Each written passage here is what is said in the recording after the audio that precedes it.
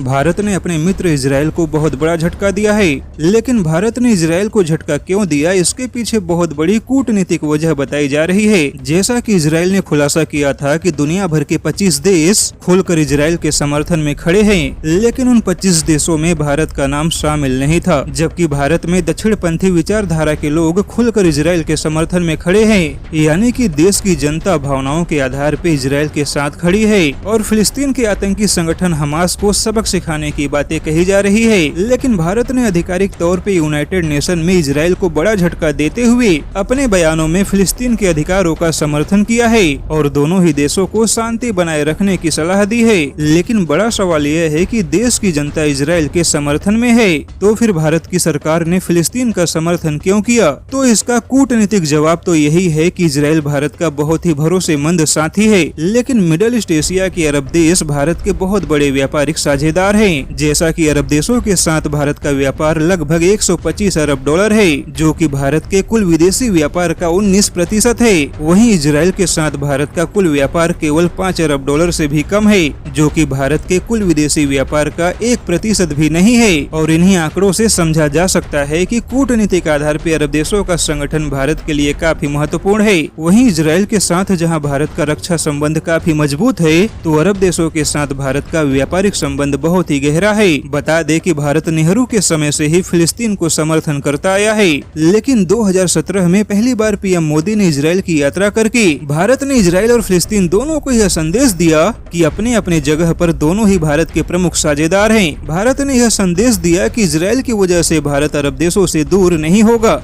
और अरब देशों की वजह से भारत इजराइल से भी दूरी बना के नहीं रहेगा। हालांकि भारत ने यह साफ किया है कि भारत का समर्थन केवल फिलिस्तीनियों के अधिकारों के लिए है, जबकि आतंकवाद के विरुद्ध भारत पूरी तरह से इजराइल के साथ खड़ा है।